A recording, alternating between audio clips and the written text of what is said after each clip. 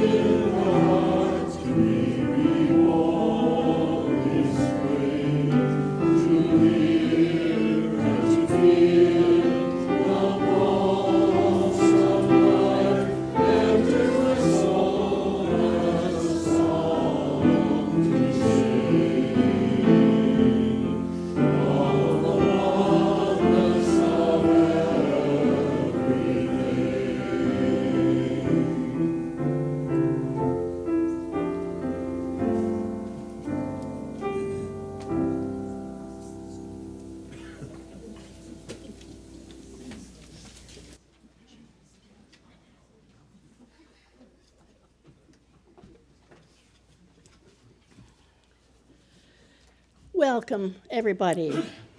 I'm Sharon Whitehill, and I'm pleased to be the worship associate for this service of the Unitarian Universalist Fellowship of Charlotte County. As you've just heard, we begin our service each week with music for everyone, whether you're watching on YouTube or here in person in our sacred space. The YouTube broadcast is live and will be available on UUFCC YouTube channel after the service. This is a good time to put your phones in worship mode. I will remind you at the end of the service to turn them back on.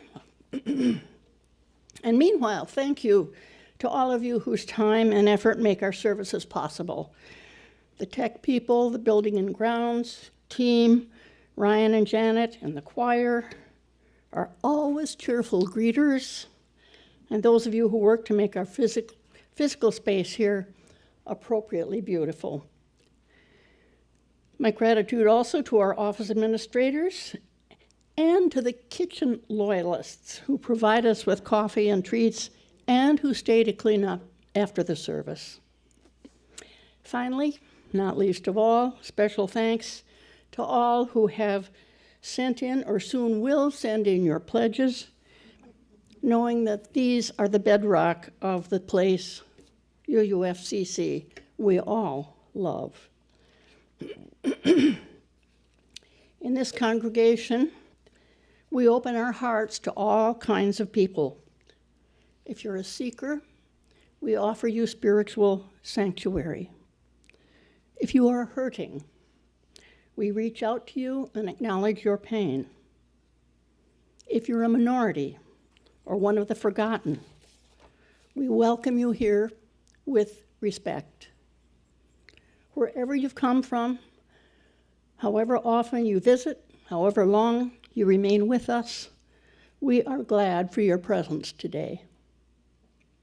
If you'd like to learn more about us, email office@uufcc.org or visit our website at uufcc.org. We'll now have the prelude. Ryan.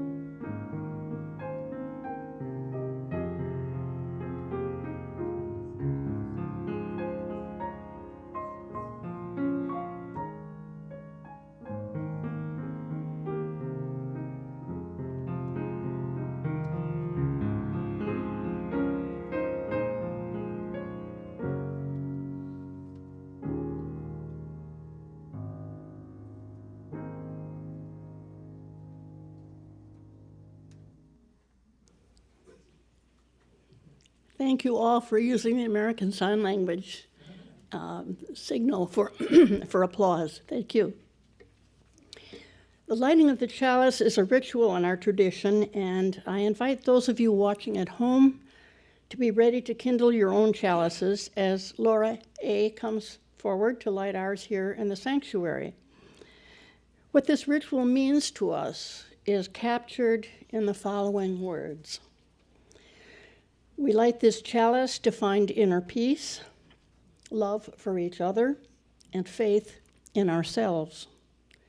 We light it to welcome those we meet and to be kind to all creatures.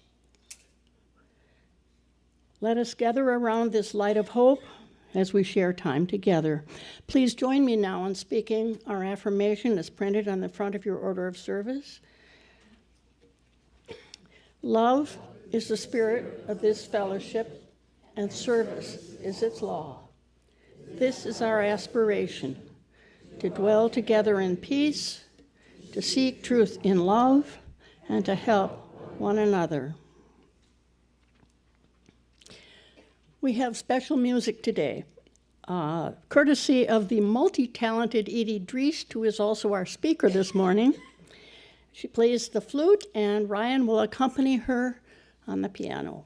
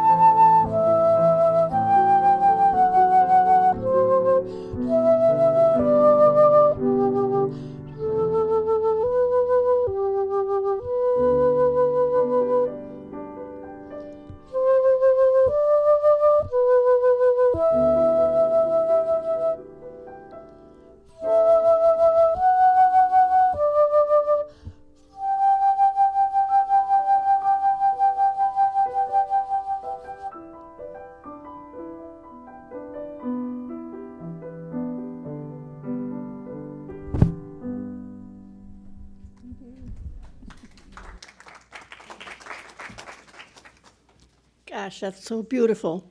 Thank you both.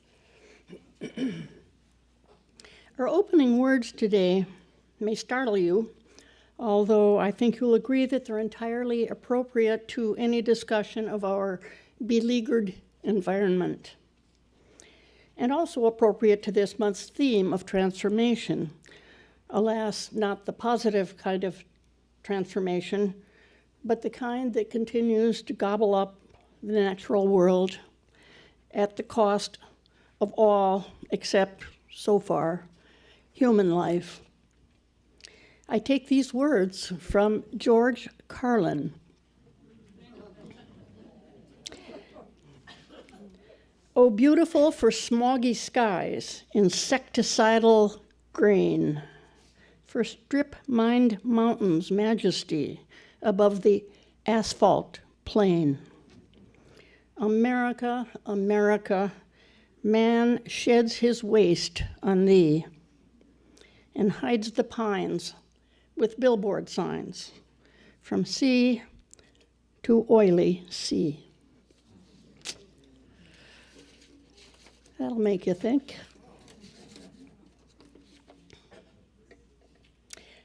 Our Book of Life offers you the opportunity to share your joys and sorrows and life milestones with the rest of us by writing them in this red book that Ryan is kindly bringing forward. You can email them if you prefer to bookoflife@uufcc.org. Thank you, Ryan. By the Sunday before the service, and the worship associate will transcribe them into the book after they are read from the pulpit. After I read the entries in the book, Jackie, would you like to turn on the mic? No, Kay, sorry. I've got too many helpers. Kay will turn on the mic for me, and you'll be able to drop a stone in the water to commemorate directly the deep sorrows or joys you carry with you today. Remember, though, your words, however briefly spoken, represent our most sacred moments, joyful or sad. And also, do keep in mind that they will be publicly broadcast on YouTube, and therefore out there for all the whole world to hear. With that caution, let me read from the book.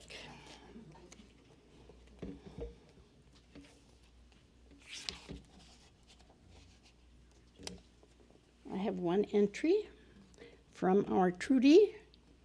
Many thanks to Mary Jane for 5 years of help with everything at UUFCC. Absolutely.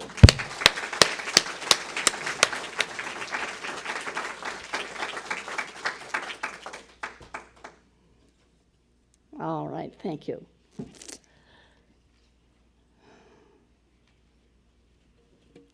It's time now, if you wish to drop a stone either in silence or with a few words that represent your concerns or joys this morning.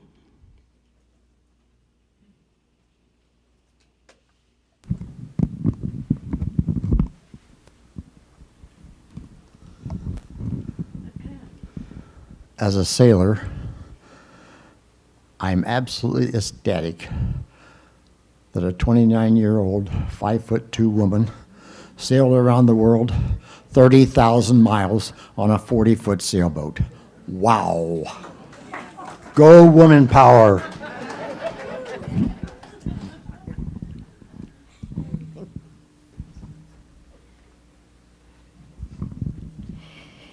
Good morning. I'm Mary Holly, and I just want to say it's been great joy for me to have been here the last several weeks.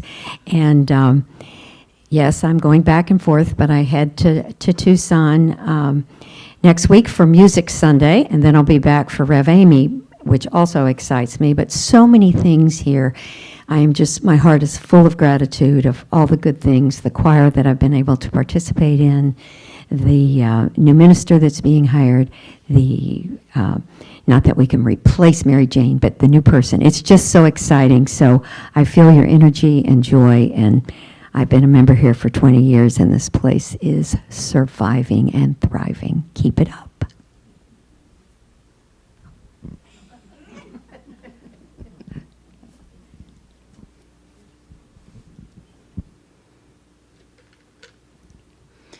Good morning. I'm Linda Poindexter, and I am dropping a stone today in remembrance of a good friend of mine who passed away this week at Southport Square.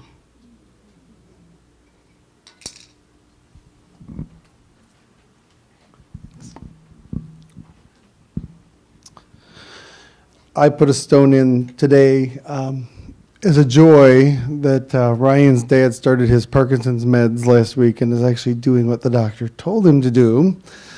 And as I see a pretty good clinical improvement on even a subtherapeutic dose, so I'm very hopeful to see where things go with his meds. You got to stand back here or the camera won't see you. So I have two joys today. As most of you know, I have dedicated my life to world domination over Apple versus Windows. And this weekend, I have claimed another victim. Janet has finally bought her first Mac. Choir, you are in trouble, because this means a lot more capability for the choir director. And my second joy might come as a surprise to some of you, but I have joined a adult amateur football league. So I'm looking forward to starting that.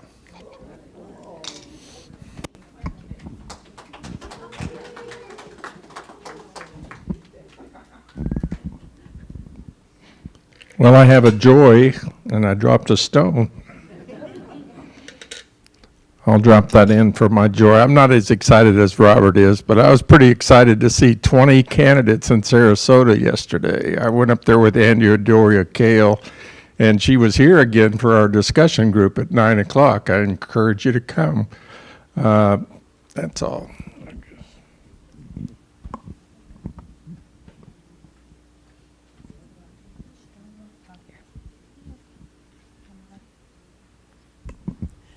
Good morning, friends. It's an honor and a delight and a joy to be here to drop in the stone for my 90th birthday.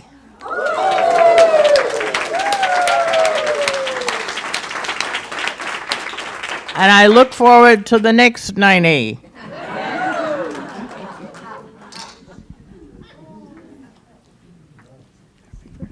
Hi, I'm Myrna Chari, and I'm dropping a stone for, it's the first day of Ramadan. And I'm a Jewish person, and I wish for peace in the world, and particularly in the Middle East.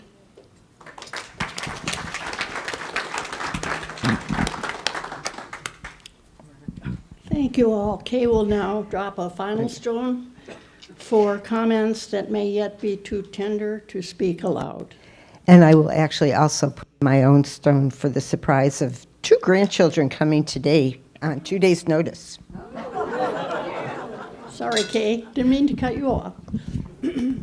May we hold all of your concerns, spoken or silent, in our hearts. Our speaker today is Edie Driest, whom you've already met on the flute. She's here on behalf of the Environmental Conservancy of Northport and surrounding areas. That's quite a mouthful. We'll have to think of an acronym for you. Edie was born in Miami in the 1950s and has lived mostly in Florida ever since. She moved to Charlotte County in 2005. In addition to her career as a travel agent, Edie has regularly given time to environmental volunteerism, and her move to Charlotte County acquainted her with the Florida scrub jay and the gopher tortoise, 2 species she'll be speaking about today. Species that deserve a lot more attention from the public, a lot more awareness than they have enjoyed so far. In 2014, Edie started a nonprofit called Northport Friends of Wildlife. And now that she's moved from there back to Charlotte County, that chapter continues under the umbrella of Friends of Sarasota County Parks. Edie has witnessed vast environmental changes since she left the East Coast, and as we know, they're not positive changes. So land conservation has become her latest passion. In Northport, she was active with the Environmental Conservancy you'll be hearing about today, and her dedication to their efforts continues here. Her message is an important one. Welcome, Edie.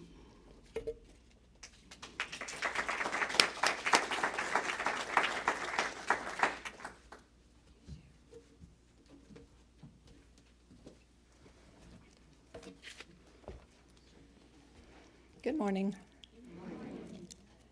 I would like to thank you for allowing me to speak today. I loved recently seeing in your booklet the seventh principle, which is respect for the interdependent web of all existence of which we are a part. And that principle fits well with this quotation from E.O. Wilson, who is known as father of biodiversity. He says, "The earth is our home. Unless we preserve the rest of life as a sacred duty, we will be endangering ourselves by destroying the home in which we evolved and on which we completely depend." So I am glad to be back today to talk to you about the Environmental Conservancy of Northport and surrounding areas. So living in Florida, I'm sure you know how nice it is to wake up to the beautiful song of a mockingbird or to see a pair of cranes flying overhead. And I'm sure it goes without saying how important it is to protect our animals here and the habitat they rely on to live and thrive. The Environmental Conservancy of Northport and surrounding areas grew out of the need for that protection. Its mission of the Conservancy is to acquire and conserve and/or restore undeveloped natural land, parcels and neighborhoods of Northport and the surrounding areas, and beyond to provide permanent native green space for nature as our population continues to grow at a rapid pace. The Conservancy was started in 2019 by Barbara Lockhart of Northport. I had the pleasure of meeting Barbara at a time when I was chairing Northport Friends of Wildlife, an organization I had started in 2014. We talked about red tide and the fact that the city was spraying her canal and how the two could be related because the canal eventually drains out to the Miaka River and ultimately the Gulf. We also discussed the clear cutting and city's tree ordinance and the fact that the builders were clearing fee-free. I was concerned that the wildlife there had no voice, and Barbara was equally concerned, and after pondering on a solution, she came up with the idea of starting her organization. I feel Barbara found her calling. She is a perfect fit for this organization with her background in law as a paralegal that was heavily concentrated in real estate. Those experiences provided her with the tools needed to make the organization successful, such as handling real estate closings, inclusive of title searches, corporate and accounting experience. I want to say that the city of Northport has changed considerably. They've recently created a natural resource division, which is providing additional staff to help protect wildlife that exists in Northport, such as the Florida scrub jay, the gopher tortoise, the manatee, the American alligator, and the bald eagle. This added manpower is necessary because of the rapid growth that's happening there. Those individuals check for the existence of listed species on properties to make accommodations for them, such as postponing clearing during nesting season or their removal. They will also work in keeping out invasive exotic species. In addition, staff will determine what trees can be removed per the city's tree ordinance. All of this must happen before building permits are issued. I do feel these changes have occurred because folks have spoken up for our environment.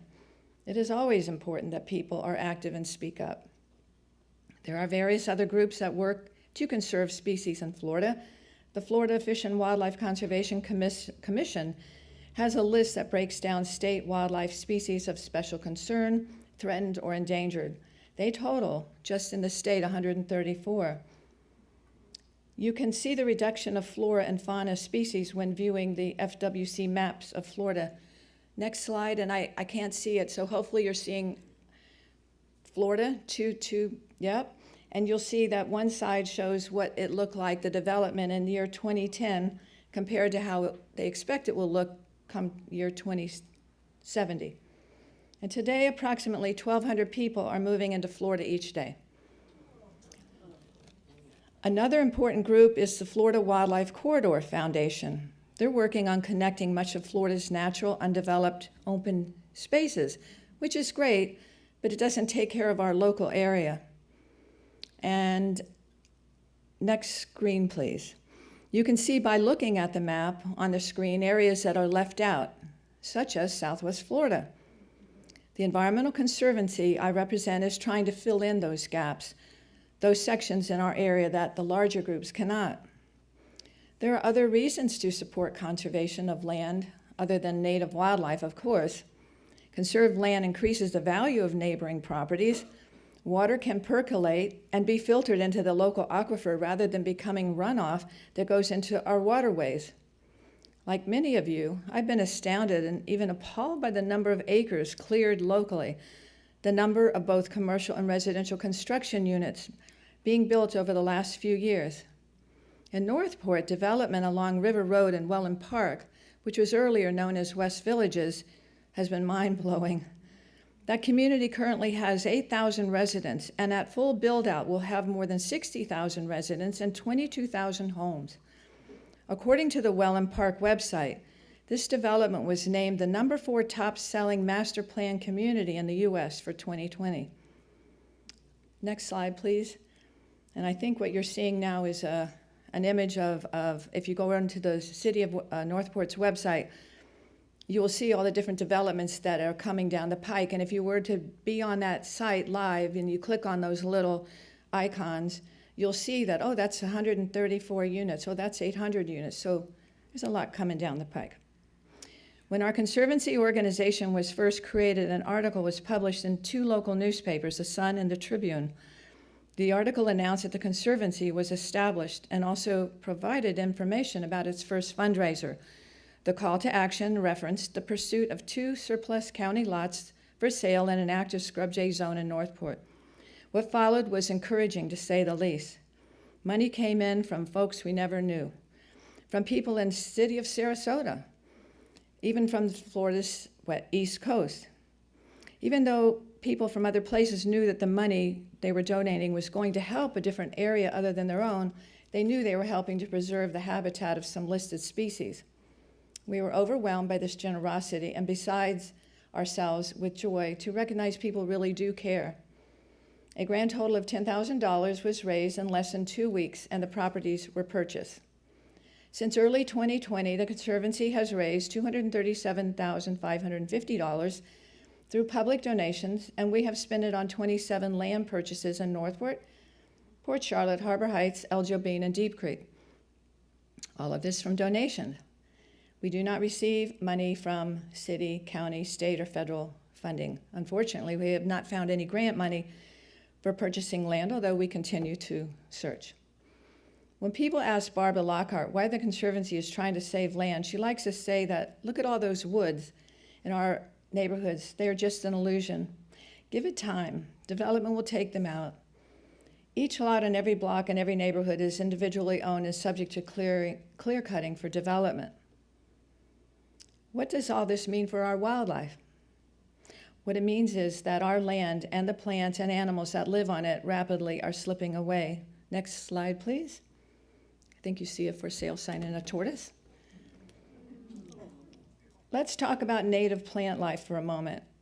Next slide, please.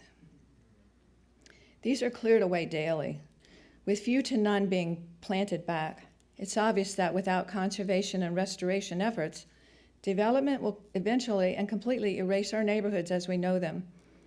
Next picture, please. Next slide. While talking about Northport, I've been focusing on Sarasota County, but what about Charlotte County? The county's Planning and Zoning Department reported to me that over the last 4 years, 377 commercial buildings have gone up and 10,027 residential homes. You've seen it yourselves. There's the Westport development, there's Babcock Ranch, there's the Burnt Store Road developments. Another recent newspaper article stated that Babcock Ranch is projected to reach more than 12,000 residents by 2030, and Burnt Store Road more than 7,000 residents by the same time. With regards to the development along Burnt Store Road, you may have heard how animals in that vicinity are being killed on that road on a regular basis.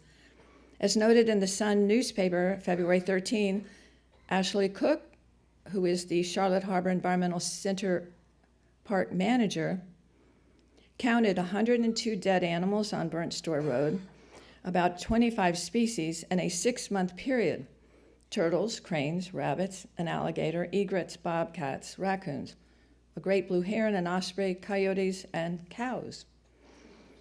Folks there are very disturbed. According to the paper, residents were told the county is creating a 250-foot buffer for the wildlife corridor. This size is a small piece of land compared to the area of land that will be cleared. There's also a greenway corridor planned. However, it wasn't made clear how much space that would take up. But with the mere number of homes going in, we know that wildlife and its habitat will be jeopardized, habitats that would normally provide food and shelter. The impacts of development show up in various forms, such as traffic congestion, noise, drainage problems, general pollution, including light pollution. Pollution to waterways via runoff, oil, fertilizers, etc., can cause blue-green algae that, it's said, can feed also red tide. Septic tanks also contribute to this problem. There is the inevitable noise that impacts humans and wildlife. Birds have a hard time hearing each other. They need their habitat kept intact. They need local plant life. The Environmental Conservancy has been trying to help 2 primary species in our area, the Florida scrubjay and the gopher tortoise. I'd like to talk to you a little bit about that particular bird, the Florida scrubjay. These birds are only found in Florida, making them endemic.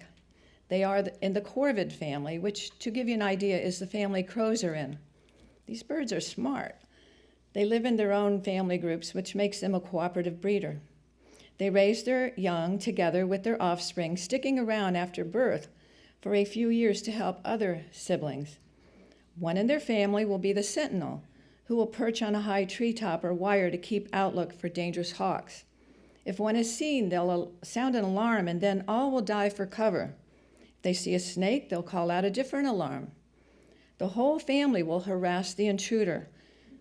They cache acorns as food source during the year in preparation for winter when insects are scarce. And FYI, they'll cache as many as 6,500 to 8,000 acorns a year, and remember where they put them. The Florida scrubjay is federally listed as threatened, which means it is likely to become endangered within the foreseeable future, and endangered means it is in danger of extinction. Next slide, please, and I think you'll see a scrubjay.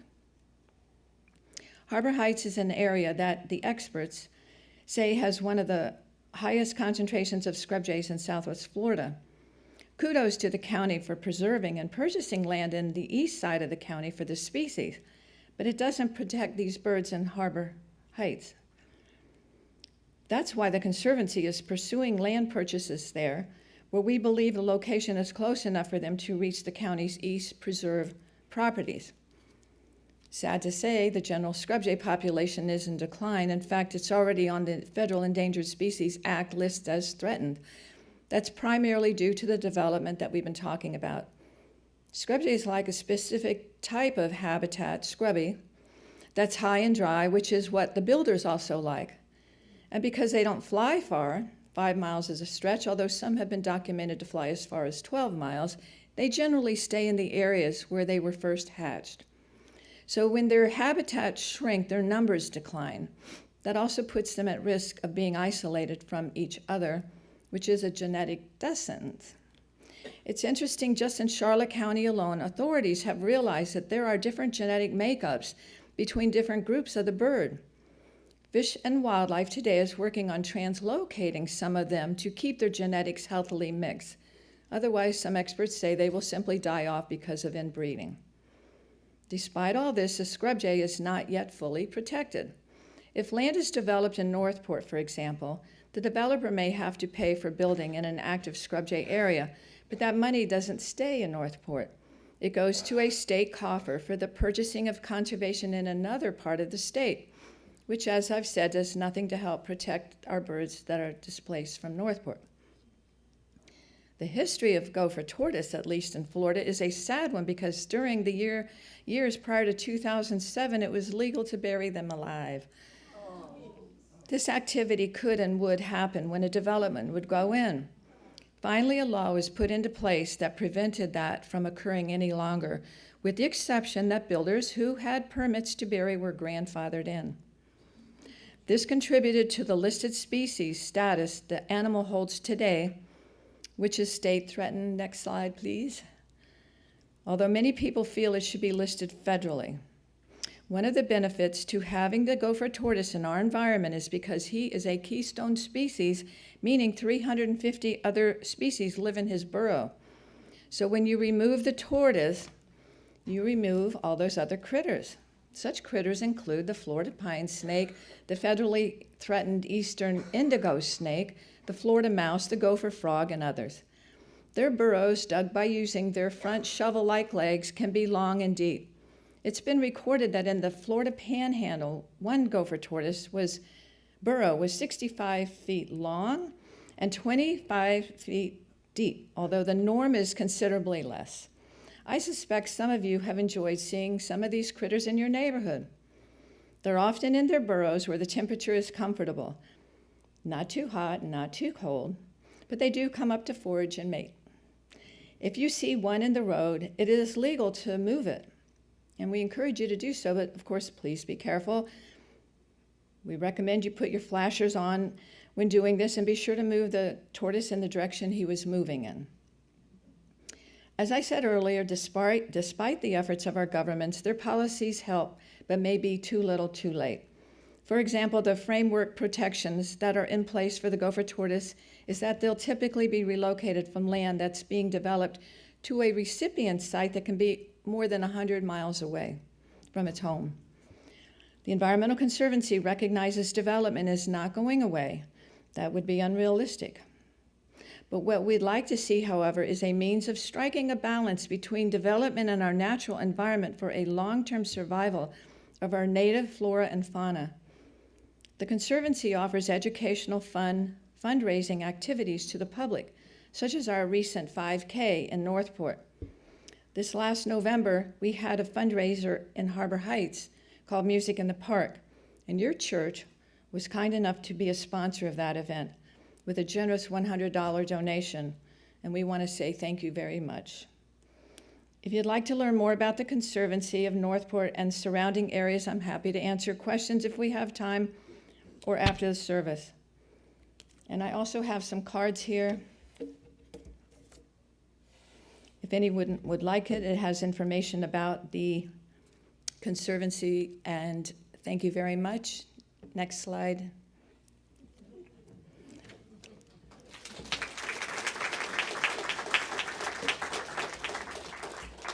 I assume we don't have time, so for questions, I don't know. Yes, and so moving along, I would like to announce hymn number 134, Our World is One World.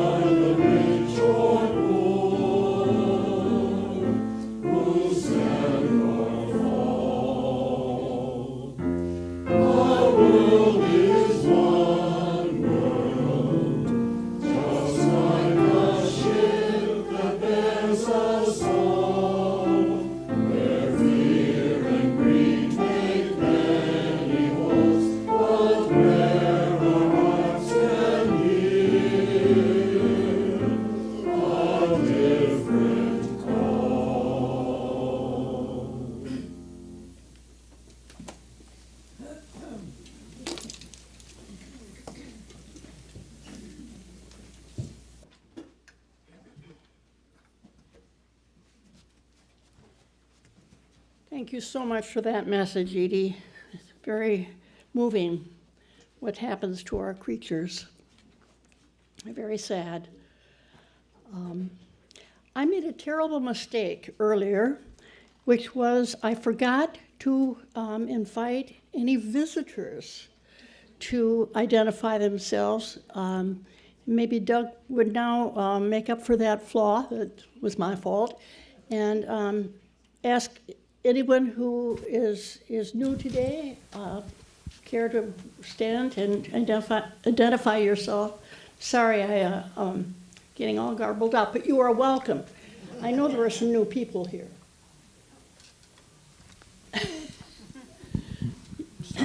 Start with you. My name is Luann Blanchard, and I was in Northport, and I was invited here by Janet. She's a friend of mine, so I'm very excited to be here. This is a very different kind of worship for me, but I have been church shopping for a while, so thank you for welcoming me here today. Hello, my name is Joyce Krasner, and I live in Riverwood in Port Charlotte, and I'm a good friend of Bev Stakowitz, and we have been talking about me coming here for a long time, so I'm so glad I'm here. Thank you. Very good. Welcome.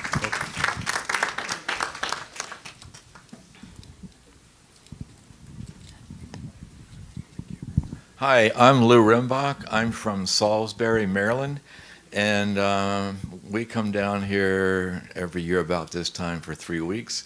And last year I was able to find you on the internet, so I made a point of visiting again this year. Good to be with you.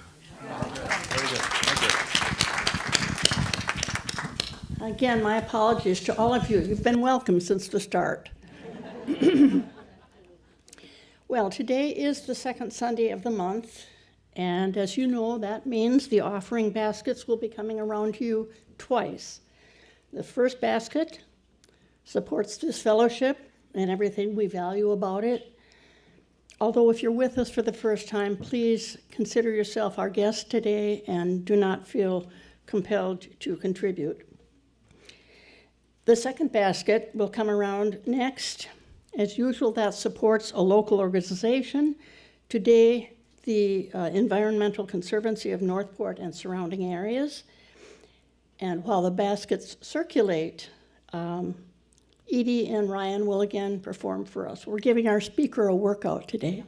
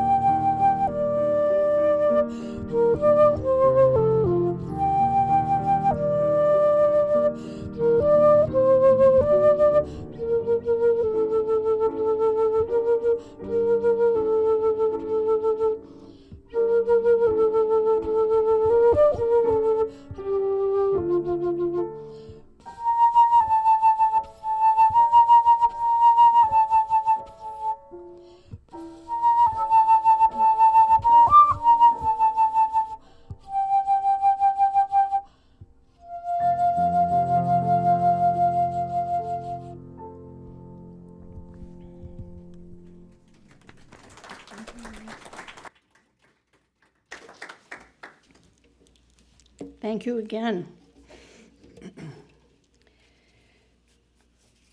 I'll bet you didn't know that today is National Women and Girls HIV/AIDS Awareness Day. Now you do.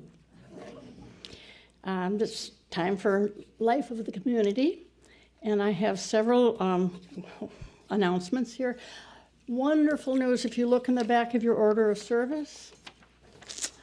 It is spelled out right there in the very words I would use. We have a new fellowship administrator, Anna Skaggs, and she will begin training soon, and will be doing her best to replace Mary Jane and Sandy, but I'm sure she will, if not replace, she will serve us very well. We met her the other day on the board, and she's a lovely person. So that's Anna. The Lunch Bunch, Plaza Mexico, after the service. This is your second to last chance to buy tickets for the Beatles concert to support our Kappas family. This event will take place on Saturday, March 16th, day before St. Pat's Day, from 3 to 5 at the Congregational United Church for Christ on Aquí Está in Punta Gorda. Ted, Linda, Nancy, or Betty all have tickets, and many, many, many tickets they would love to divest themselves of. So, two more things. I would like Dennis and Laura, please, to come up for a moment.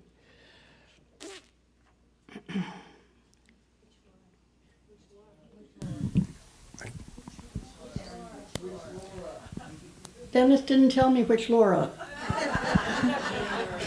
She chickened out. Okay. As you just heard, my name is Dennis, and I have served for, I guess it's 6 years now as president of the Board of Trustees here.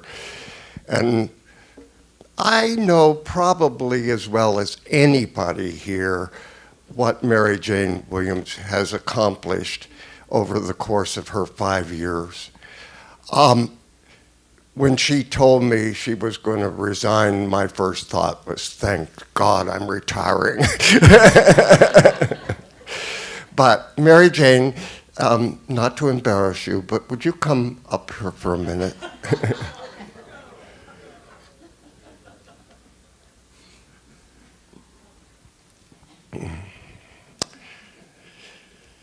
Tell them that I reneged on my promise to you. I wouldn't resign while you were president. Yes, she did. But this is just a wee token of our incredible loving appreciation of you. And don't go away. I've got something hidden back here.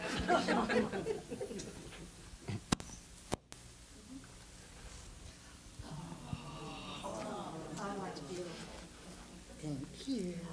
And thank you. Oh, my pleasure. And I'm still sorry I did this to you.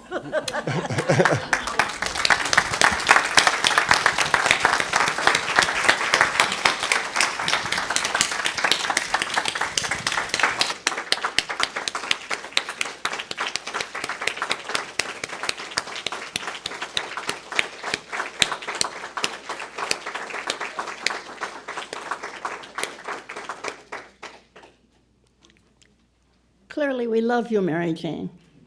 Clearly. And now Dick will come up and talk to us about money.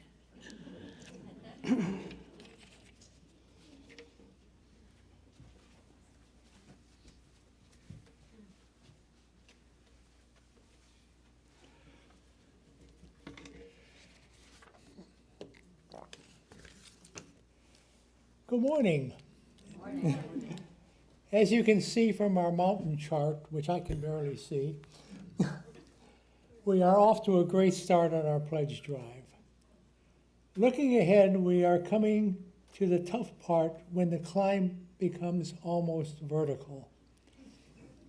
Mountain climbers have been asked why they climb.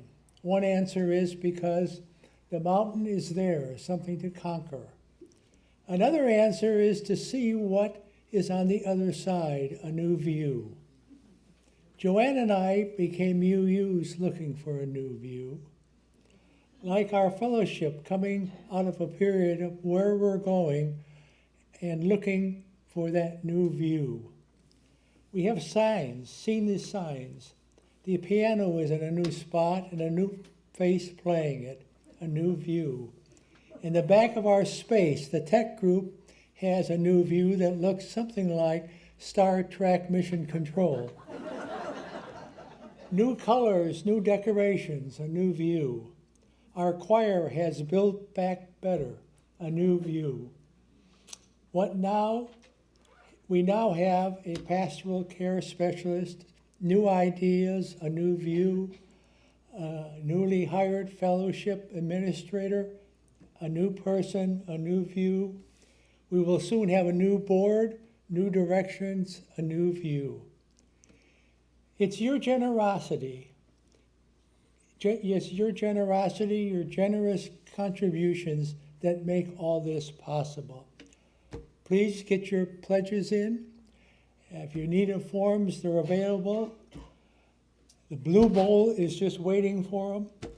And a big thank you to you all.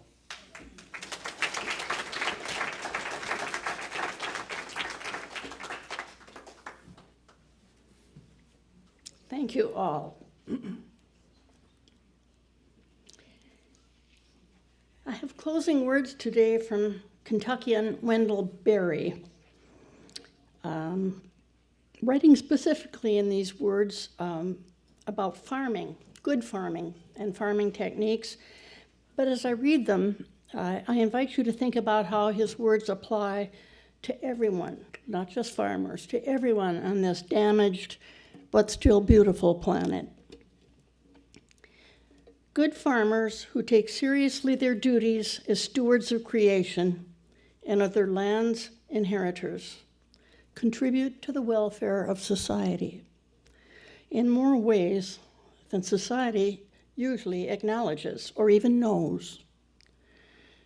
These farmers do produce valuable goods, of course, but they also conserve soil. They conserve water. They conserve wildlife. They conserve open space. They conserve scenery. We have the Conservancy working for us. Would it were so, and may it be so. And we will get there. Heaven knows how we will get there, but we know we will. That's our last hymn.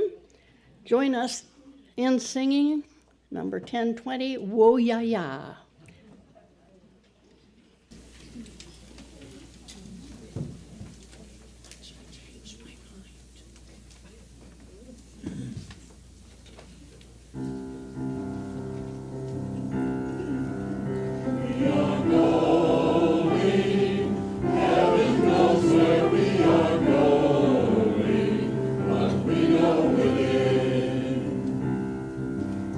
We will get there.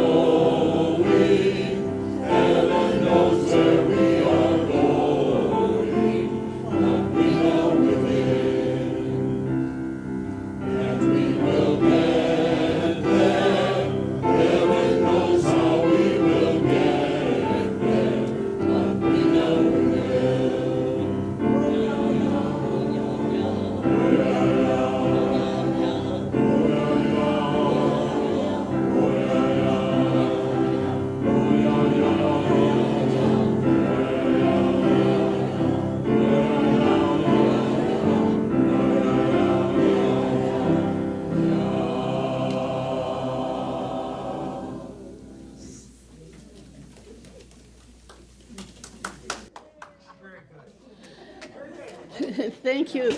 It's time to extinguish our chalice now and close the service. Let's join together as Laura A. comes up and extinguishes the chalice. Join me in the words, I think they're printed in your order of service. Yes, extinguishing the chalice. We extinguish this chalice, but not the light of hope, the fire of commitment, or the warmth of community.